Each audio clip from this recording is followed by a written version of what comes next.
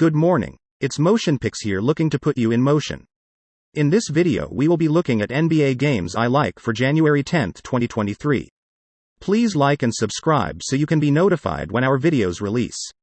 If you want more picks, you can follow us on Instagram at MotionPix, where we drop our daily picks and player props. Now let's begin. The Pistons just suffered a home loss to Philadelphia. This will be a very challenging end to the season for Detroit. There just isn't enough depth on the roster to compete with the absence of star player Cade Cunningham for the whole season. Being a relatively young squad, you eventually become depressed by all the losses, especially since the season started with some promise. Philadelphia is trying to improve on their 3rd to the 1st of January record by defeating Detroit once more. One of the finest games of the season was just quietly recorded by James Harden. Tyrese Maxey, a guard, has returned and appears to be finding his game as well. Even with fewer players, Philadelphia remains a strong favorite at home. The main concern when taking Detroit into account is whether or not they will be able to score against a good defensive club. However, the absence of Embiid and perhaps PJ Tucker makes life simpler for the Pistons. Detroit has recently been playing better on the road, which is encouraging. That does not persuade me to support the visitors tonight. Tuesday's NBA game at the Crypto.com Arena features a matchup between the Dallas Mavericks and Los Angeles Clippers. 7 of the Dallas Mavericks' last 9 games have ended in victories. The Los Angeles Clippers have dropped their last 6 contests. The Dallas Mavericks scores 112.4 points on average while shooting 46.9% from the field and surrender 111 points while shooting 48%. Christian Wood averages 18.2 points and 8.2 rebounds, while Luka Doncic averages 34 points and 8.7 assists. Tim Hardaway Jr. is pulling down 3.1 rebounds, while Spencer Dinwiddie is the 3rd player with double-digit points. The Dallas Mavericks are making 74.5% of their free throws and shooting 35.8% from beyond the arc. The Dallas Mavericks are collecting 39 rebounds per game while only allowing 35.4% shooting from beyond the arc. The Los Angeles Clippers allow 110.2 points on 46.1% shooting while scoring 109.1 points on average. Kawhi Leonard averages 17.3 points and 5.9 rebounds, compared to Paul George's 23.7 points and 6 rebounds. Marcus Morris Sr. is pulling down 4.9 rebounds, while Norman Powell is the 3rd player in double figures. The Los Angeles Clippers are making 76.3% of their free throws and shooting 36.8% from beyond the arc. The Los Angeles Clippers allow 34.2% three-point shooting while pulling down 44.1 rebounds per contest. The Mavericks are 1-4 ATS in their past 5 games overall and 7-19 ATS in their previous 26 away games. In their previous 5 Tuesday games, the Clippers have gone 4-1 ATS and 0-5 ATS. The Mavericks have a 5-2 ATS record and a 2-5 ATS record in their previous 7 matchups in Los Angeles, respectively. This statement, however, indicates that Luka won't be playing for the Mavs, and that without him, they are a lottery club. Something is really wrong if the Clippers are unable to defeat the Mavs at home when they are without one of the league's best players. Tuesday's NBA game at the Chase Center features a matchup between the Phoenix Suns and Golden State Warriors. The Phoenix Suns have dropped their last 6 games. 5 of the Golden State Warriors' last 7 games have ended in victories. The Phoenix Suns score 112.7 points on average and allow 111 points on 47.1% of their shots. DeAndre Ayton averages 17.5 points and 9.8 rebounds, while Devin Booker averages 27.1 points and 5.6 assists.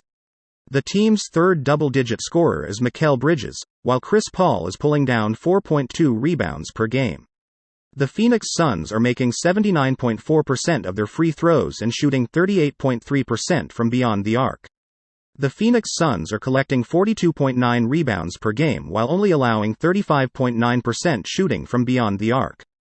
The Golden State Warriors allow 117.5 points on 46.8% shooting while scoring 116.8 points on average. Jordan Poole averages 20.6 points and 4.4 assists, while Stephen Curry scores 30 points and distributes 6.8 assists a game. The 3rd player with 10 or more points is Klay Thompson, while Andrew Wiggins is distributing 2.2 assists.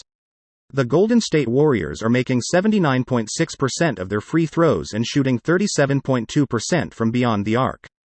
The Golden State Warriors are collecting 43.9 rebounds per game while only allowing 35.6% shooting from beyond the arc. The Suns are 1-5 ATS over their last 6 games overall and 6-2 ATS over their last 8 games played on Tuesdays. In their previous 80 home games, the Warriors are 52-25-3 ATS and 0-5-1 ATS in their last 6 Tuesday games. At their previous 4 encounters in Golden State, the Suns have an 0-4 ATS record. Since Booker was hurt, the Phoenix Suns have been a complete mess, and things won't get any better until he gets well. In their previous 5 games, the Suns have lost by an average of 10.4 points.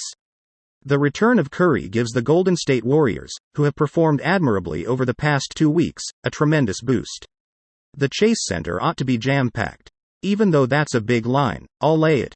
The Suns are in bad trouble, and the Warriors are back at full strength. On Tuesday night, NBA action takes place at the Vivint Arena between the Cleveland Cavaliers and the Utah Jazz. The Cleveland Cavaliers have been playing well lately, winning 4 of their last 5 games overall. They will be hoping to continue their recent success after dominating the Suns 112-98 on the road on Sunday. Donovan Mitchell contributed 22 points on 7 of 12 shooting, while Evan Mobley and Isaac Okoro each scored 14 points. Darius Garland led the squad with 22 points and 7 assists. The Cavaliers lost an early 11-point lead after scoring 35 points in the first quarter but still managed to shoot 57% from the field in 11 of 29 from beyond the arc. They maintained their composure and outscored the Suns 32-19 in the final round to easily secure the victory. The Utah Jazz, who have dropped 7 of their past 8 games overall, are in a terrible funk and will be trying to avoid losing for the 3rd time in a row after being defeated by the Grizzlies in a road loss of 123-118 on Sunday. Jordan Clarkson contributed 17 points on 6 of 12 shooting, while Lauri Markkanen led the club with 21 points, 8 rebounds, and 2 blocks. Kelly Olynyk added 19 points, 8 rebounds, and 5 assists. The Jazz hit 10 of 32 three-pointers and 51% from the floor as a team. The Cavaliers are 2-5-1 ATS in their last 8 games overall, 2-1-0-2 ATS in their last 14 away games, and 1-4 ATS in their last 5 games after a victory by more than 10 points. The Jazz are 9-1 ATS in their past 10 games against teams above .600 and 1-4 ATS in their last 5 games after an ATS victory. The Cavaliers are 1-5-1 ATS in the previous 7 games in Utah, while they are 3-9-2 ATS in the last 14 matchups overall. Head-to-head, the under is 7-0 in the last 7 meetings in Utah. While Colin Sexton and Kelly Olynyk have been declared out for the Jazz, Dylan Windler and Ricky Rubio remain out for the Cavaliers.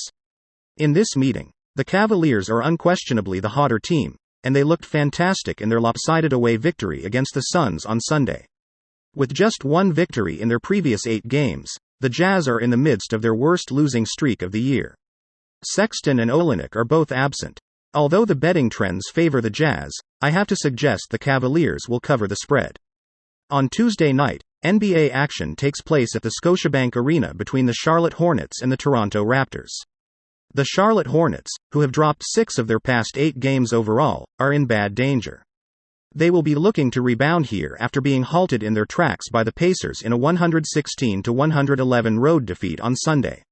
Mason Plumlee contributed 18 points and 13 rebounds, Terry Rozier added 19 points and 6 assists, and PJ Washington scored 22 points to lead the squad. The Hornets quickly established a 14-point lead by shooting 43% from the floor and 11 of 33 from beyond the arc as a team. Port the Cavaliers at the short odds considering their previous performance. But they failed to eliminate the Pacers, and they paid the price as they erupted for 43 points in the final frame to win the game. However, after defeating the Trailblazers in a 117-105 home victory on Sunday, the Toronto Raptors, who have dropped 5 of their past 7 overall games, will be keen to gain some momentum here. With 27 points and 6 assists, Pascal Siakam led the squad. Scotty Barnes contributed 22 points, 9 rebounds, and 4 assists, and Gary Trent Jr. scored 19 points. The Raptors raced out of the gate with 34 points in the first quarter to grab the early lead before they began the third quarter with a 14-0 run to extend the advantage to 19 points. As a team, they shot 44% from the field and 12 of 31 from beyond the arc. According to betting trends, the Hornets are 5-2-1 ATS in their previous 8 games after a defeat and 3-1-1 ATS in their last 5 away games. The Raptors are 2-5 ATS in their last 7 games overall, 2-7 ATS in their last 9 home games, and 1-5 ATS in their last 6 games after a victory. The Hornets are 18-8 ATS in the previous 26 encounters in Toronto, and they are 6-2 ATS in the last 8 meetings overall. In their last 17 meetings overall, the over has a record of the 1st of May 11 in head-to-head play. Kelly Oubre Jr. and Gordon Hayward is both out for the Hornets, and Otto Porter Jr. is still out for the Raptors. The Raptors haven't been much better as they were ice cold until they defeated the Trailblazers on Sunday, while the Hornets haven't been much better as they haven't been able to get anything going lately, but they were more than competitive in their close loss to the Pacers on Sunday. These days, it's difficult to support either team with any conviction, despite the Hornets' betting popularity. In this game, I'll bet on the Raptors to build on their victory from Sunday by winning again and covering the spread.